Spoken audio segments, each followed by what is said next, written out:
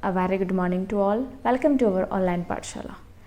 Okay guys, सो इसके previous video में हम लोगों ने हिस्ट्री की फर्स्ट यूनिट को कंप्लीट कर लिया है. सो इस वीडियो में हम लोग अब सेकेंड यूनिट को उठाने वाले हैं. ठीक है. सो सेकेंड यूनिट को स्टार्ट करने से पहले मैंने थोड़ा सा आपको सिलेबस का कंटेंट बता दिया है कि हम लोग पढ़ने क्या वाले हैं. ठीक है. और जो सिलेबस का PDF है वो मैंने DAVV की साइट से ही डाउनलोड किया है. ओके. सो आप निश्चिंत रहिए, क्वेश्चन भी वहीं से आने वाले हैं.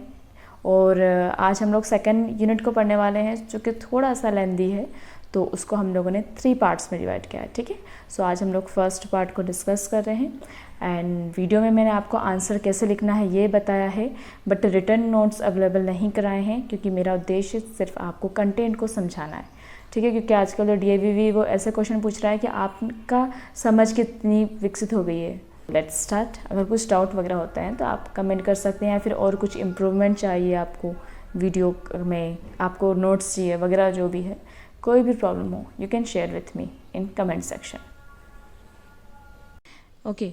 तो फर्स्ट यूनिट हमने ख़त्म कर चुके हैं, nature and scope of history. इसमें मीनिंग, नेचर एंड स्कोप पूरी फर्स्ट यूनिट को हमने ख़त्म किया. अगर आपने नहीं देखी हो तो यू कैन सी देयर. ठीक है. और आज हम पढ़ने वाले हैं यूनिट सेकेंड. ठीक है. तो यूनिट सेकेंड में हम लोग आज क्या पढ़ेंगे, देखिए थोड़ी सी लेंदी है यूनिट 2, तो हम लोग इसको 3 पार्ट्स में डिवाइड करने वाले हैं. ओके. सो आज हम पढ़ेंगे meaning and importance of teaching history in secondary education 2.1 and 2.2 AIIMS of teaching history. ठीक है. एम्स ऑफ टीचिंग हिस्ट्री हम लोग सामान्य उद्देश्य तो देख ही लेंगे, इसके साथ ही हम जो इसमें पॉइंट्स दिए हैं, मतलब in terms of political consistence या understanding of current events, democratic citizenship, understanding of union and state government. ठीक है. And the functional awareness of rights and duties of citizens. ठीक है. तो आज हम इतना कवर करेंगे, क्योंकि ज़्यादा पूरा कर लेंगे तो वीडियो थोड़ी सी लेंदी हो जाएगी. So let's start. Importance of history, importance of teaching history in secondary education. ठीक है. सेकेंडरी स्कूल्स बोल सकते हैं. तो देखिए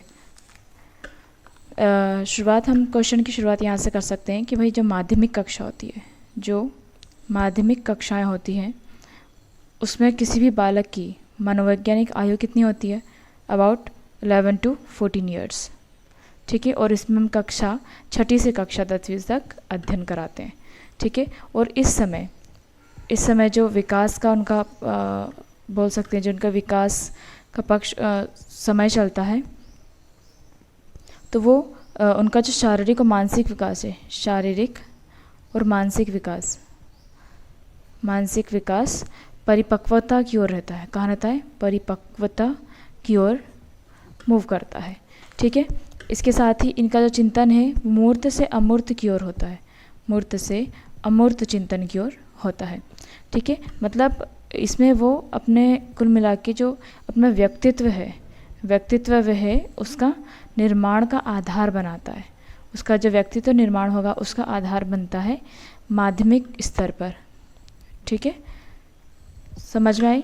तो हम क्वेश्चन की शुरुआत क्या करेंगे, जो माध्यमिक कक्षा होती है उसमें सामान्यतः जो मतलब मनोवैज्ञानिक आयु है बालक या छात्र की 11 से 14 वर्ष की होती है, और वह कक्षा 6ठी से कक्षा 10वीं तक अध्ययन करता है. ठीक है. इस समय उसके शारीरिक व मानसिक जो आयु होती है, क्षमता होती है, वो परिपक्वता की ओर अग्रसित होती है. मूर्त से अमूर्त चिंतन की ओर वह अग्रसित होता है, मूर्त से अमूर्त चिंतन वह करता है. ठीक है. या फिर कुल मिलाकर हम कह सकते हैं कि माध्यमिक शिक्षा में, माध्यमिक स्कूल में जो छात्र है वह अपने व्यक्तित्व निर्माण का आधार तैयार करता है. क्लियर? इसलिए क्या हुआ भाई, इसलिए माध्यमिक शिक्षा में छात्र या बालक की शिक्षा पर ध्यान केंद्रित करना आवश्यक हो गया. ठीक है. तो पहले हमने ये बता दिया कि क्यों ज़रूरी है, हम माध्यमिक शिक्षा को ही क्यों ले रहे हैं. ठीक है. अब भाई बात आती है भाई, इसलिए भारत में जब स्वतंत्रता हुई, भारत जब स्वतंत्र हुआ तो उस क्षेत्र में माध्यमिक शिक्षा को अधिक मजबूत बनाने के लिए, क्योंकि हमको पता है माध्यमिक शिक्षा की इम्पोर्टेंट क्या है, तो माध्यमिक शिक्षा को अधिक मजबूत बनाने के लिए जोर दिया गया. ठीक है. तो केंद्रीय माध्यमिक शिक्षा केंद्र शिक्षा मतलब जो है आयोग, उन्होंने पहले बोला माध्यमिक शिक्षा पे जोर देने के लिए, और फिर उनकी ही सिफारिश पर 1952 और 53 में माध्यमिक शिक्षा आयोग बनाया गया, माध्यमिक शिक्षा आयोग बनाया गया। ठीक है, अब माध्यमिक शिक्षा आयोग जो है उन्होंने लगभग 5 हमें उद्देश्य बताए कि हमारे उद्देश्य क्या होना चाहिए। ठीक है, तो वहीं पहला उद्देश्य आता है, ये तो आपको एज इट इज़ रटना है, लोकतांत्रिक नागरिकता का विकास, लोकतांत्रिक नागरिकता का विकास।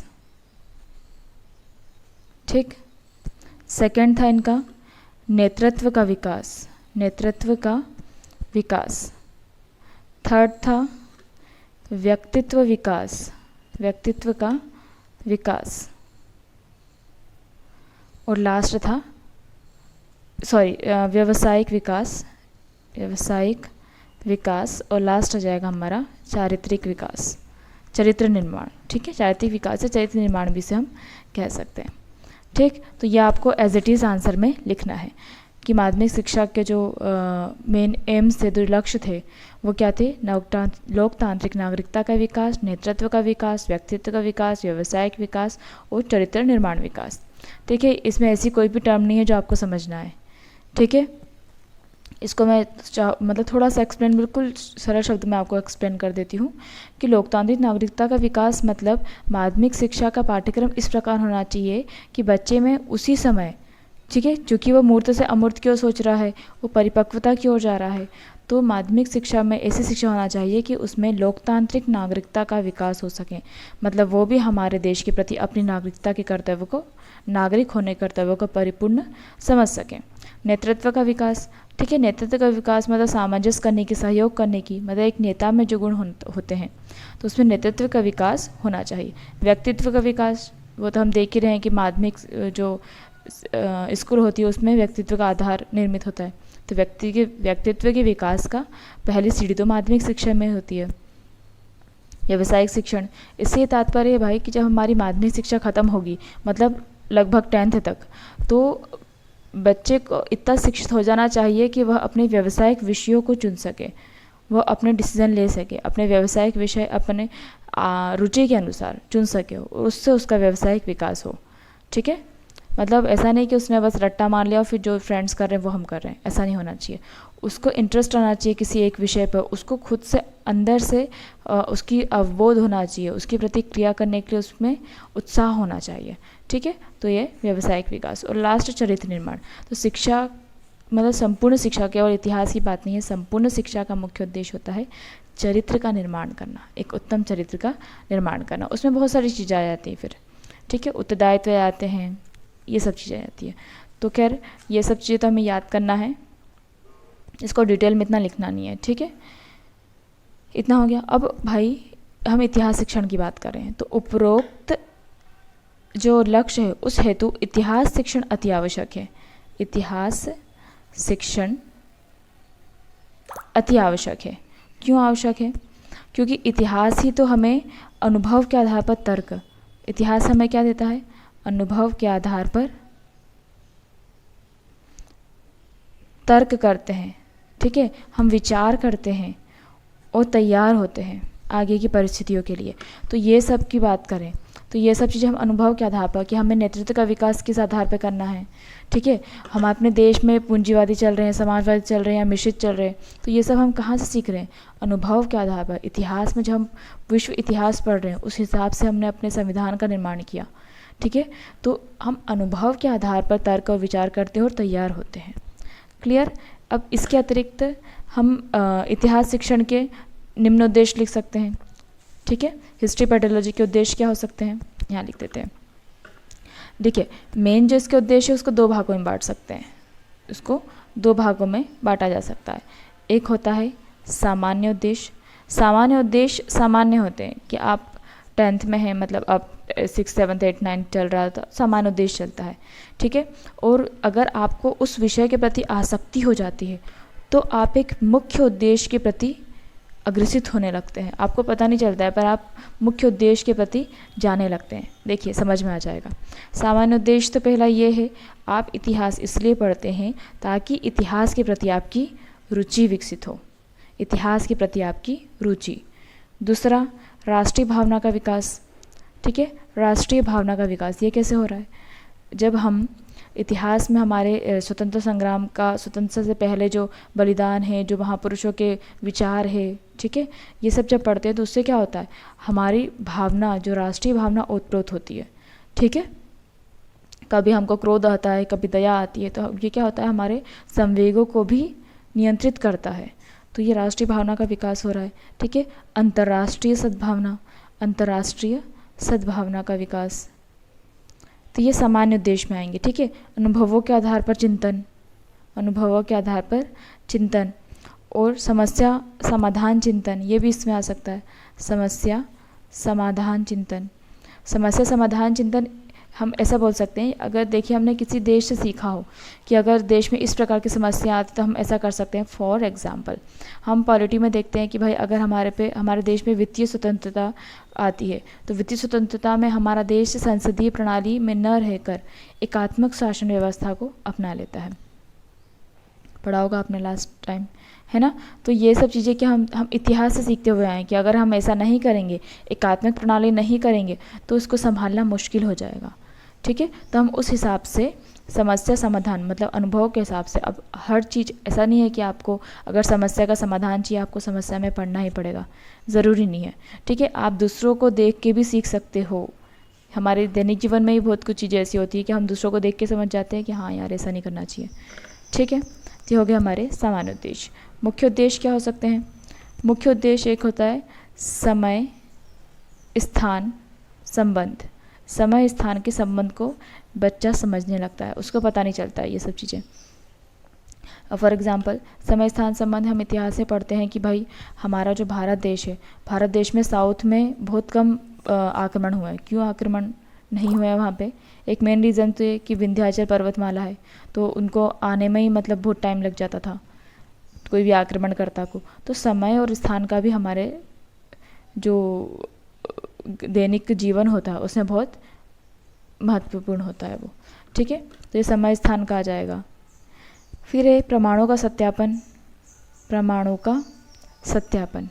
ठीक है, सत्यापन, प्रमाणों का सत्यापन से ये है कि कोई इतिहास का बच्चा अगर पढ़ रहा है तो अगर उसको इतिहास के प्रति आसक्ति है तो वो ऐसा नहीं देखेगा कि मतलब ऐसा बोल दिया कि भाई गांधी जी जो थे वो विभाजन के विरुद्ध थे। ठीक है, गांधी जी विभाजन के विरुद्ध थे, वो हिंदी को ही मातृभाषा राष्ट्रभाषा बनाना चाहते थे। ठीक है, तो हम ऐसा नहीं कि उसका रट्टा मार लिया। जब आपको इतिहास के प्रति आसक्ति आएगी तो आप क्या करोगे? प्रमाण ढूंढोगे, उसका सत्यापन करोगे कि उन्होंने ऐसा क्यों किया। हमारे जब दिल्ली में लाल किले पर प्राचीर पे स्वतंत्रता का झंडा लहरा रहा था तो वहाँ गांधी जी क्यों नहीं आए? तो ये जब दिमाग में चीज़ें आने लगती तो आप क्या करते हो? उसके प्रमाणों को ढूंढते हो, फिर उनका सत्यापन करते हो। अच्छा ऐसा ऐसा हुआ था, मतलब हर चीज़ के पीछे, घटना के पीछे कोई ना कोई कारण होता है। ठीक है, फिर है तार्किक दृष्टिकोण। तार्किक दृष्टिकोण जैसा कि अभी पहले बताया मैंने, तार्किक दृष्टिकोण होता है तुलनात्मक अध्ययन हम करते हैं, तुलनात्मक अध्ययन करते हैं। ठीक है, तुलनात्मक अध्ययन हम विश्व इतिहास से देख सकते हैं। अमेरिका में पूंजीवादी था और रूस में साम्यवादी था, तो हमने क्या करा? मिश्रित ले लिया। हमने तुलना करी कि दोनों में से कौन बेटर है, और प्लस में हमने तुलना करी कि हमारे देश की जनसंख्या कितनी है। तो ना तो समाजवाद अच्छे से हो पाएगा ना पूंजीवाद अच्छे से हो पाएगा। सो हमने क्या लिए? मिश्रित अर्थव्यवस्था ली। तो इतिहास का जो छात्र होता है वो तुलनात्मक अध्ययन करना सीखता है। ठीक है, इसके साथ ही अनुमान लगाना, अनुमान लगाना प्लस सामान्य नियम बनाना, सामान्य नियम बनाना। बहुत ज़्यादा कंजेस्टेड हो गया है थोड़ा सा। ठीक है, तो ये भी हम इसी से सीखते हैं। अनुमान लगाना, सामान्य नियम बनाना, ऐसा बोल सकते हैं कि अगर आप कोई परिस्थिति आती है तो इतिहास का छात्र जब आप अनुमान लगाते हो, ज़रूरी नहीं है कि आपको हिस्ट्री में ही अनुमान लगाना है, अनुमान आप भविष्य के लिए भी लगा सकते हो। तो एक अनुमान जो होता है, अनुमान लगाने की शक्ति, और प्लस सामान्य नियम बनाना। सामान्य नियम मतलब आप कंठस्थ नहीं बोल सकते कि हाँ ये होगा ही, बट आप ऐसा बोल सकते हो कि ऐसा होता है, जनरली ऐसा होता है। ठीक है, तो हम सामान्य नियम बना सकते हैं। ठीक है, तो ये हो जाएगा हमारा माध्यमिक शिक्षा में। ठीक है, तो एक बार थोड़ा सा हम लोग रिवाइज कर लेते हैं कि जो माध्यमिक शिक्षा होती है उसमें जो बालक होता है, बालक की मानसिक आयु मनोवैज्ञानिक आयु 11 से 14 वर्ष की होती है तथा कक्षा 6 से 10वीं तक वह सामान्यतः अध्ययन करता है। इस समय उसका शारीरिक व मानसिक विकास परिपक्वता की ओर अग्रसित होता है तथा वह अपने मूर्त चिंतन से अमूर्त चिंतन की ओर सोचता है। ठीक है, कुल मिलाकर कहा जा सकता है कि माध्यमिक कक्षा में जब बालक आता है तो वह अपने व्यक्तित्व निर्माण का आधार निर्मित कर देता है। इसीलिए माध्यमिक शिक्षा में पढ़ाई का मतलब टीचिंग का इम्पोर्टेंस है, महत्व है, शिक्षण का महत्व है। ठीक है, इसके बाद हम ये लिख देंगे कि स्वतंत्रता के पश्चात, इसलिए स्वतंत्रता के पश्चात शिक्षा के क्षेत्र में माध्यमिक शिक्षा को अधिक मजबूत बनाने के लिए 1952-53 में माध्यमिक शिक्षा आयोग का गठन किया गया। माध्यमिक शिक्षा आयोग का गठन किया गया और इस आयोग ने निम्नलिखित उद्देश्यों को बताया। पहला, लोकतांत्रिक नागरिकता का विकास, नेतृत्व का विकास, व्यक्तित्व का विकास, व्यावसायिक विकास, चरित्र निर्माण। क्योंकि ये जो उपरोक्त उद्देश्य हैं उस हेतु इतिहास शिक्षण अति आवश्यक है, क्योंकि इतिहास हमें अनुभव के आधार पर तर्क विचार करने के लिए तैयार करता है। ठीक है, अब इतिहास शिक्षण के सामान्य उद्देश्य, इतिहास के शिक्षण को दो उद्देश्य हो सकते हैं, एक सामान्य उद्देश्य और एक होता है मुख्य उद्देश्य। सामान्य उद्देश्य ज्ञान व अवबोध तक रहता है, जबकि मुख्य उद्देश्य ज्ञान अवबोध से लेकर अनुप्रयोग पर भी लागू होता है। ठीक है, ये तो आपको पता होंगी लाइंस, मतलब ज्ञान पहले ग्रहण करते हैं, फिर अवबोध उसकी समझ होती है, फिर उसका क्या बोलते हैं अनुप्रयोग करते हैं, जब उनको प्रयोग करते हैं। ठीक है, तो ये एक जो ब्लूम्स टैक्सोनॉमी, ये तो सभी आपको हर उसमें मिल जाएगी, मतलब हिस्ट्री पेडोलॉजी हो जाए, कौन सी पेडोलॉजी में ब्लूम टैक्सोनॉमी तो आना ही है। ठीक है, अधिगम में भी होगी शायद आपके। ठीक, तो सामान्य उद्देश्य में ये पहला उद्देश्य है इतिहास के प्रति रुचि विकसित करना। ठीक है, राष्ट्रीय भावना का विकास करना, अंतर्राष्ट्रीय सद्भावना का विकास करना, अनुभवों के आधार पर चिंतन करना, समस्या समाधान पर चिंतन करना। ठीक है, मुख्य उद्देश्य में आएगा समय स्थान में संबंध स्थापित करना, प्रमाणों का सत्यापन करना, तार्किक दृष्टिकोण अपनाना, तुलनात्मक अध्ययन करना और अनुमान व सामान्य नियम का प्रतिपादन करना। ठीक है, तो ये हो जाएंगे हमारे इतिहास शिक्षण के मुख्य उद्देश्य। ठीक, अब नेक्स्ट हम लोग पढ़ने वाले हैं हिस्ट्री के एम्स। ठीक है, हिस्ट्री के एम्स क्या है, तो आपके सिलेबस में 3 टर्मिनोलॉजी यूज़ हुई है, 4 हुई है शायद। एक लिखा है राजनीतिक कंसिस्टेंस, मतलब इसका होता है राजनैतिक सीमितता, राजनैतिक सीमितता। ओ माय गॉड, चलिए अब एक काम करते हैं, ये वीडियो को हम यहीं पे पॉज कर लेते हैं। इसका मैं सेकंड पार्ट बना दूंगी, क्योंकि ऐसा है कि टॉपिक भी चेंज हो रहा है, तो आपको वापस से ये मतलब कन्फ्यूज़न नहीं होगा। वो एक टॉपिक हमने माध्यमिक शिक्षा का तो एंड कर लिया है, उसके बाद सेकंड इसको बना लेंगे, 4 पार्ट में यूनिट को डिवाइड कर देते हैं। ठीक है, अगर कोई डाउट वगैरह हो तो you can ask in comment section. Thank you.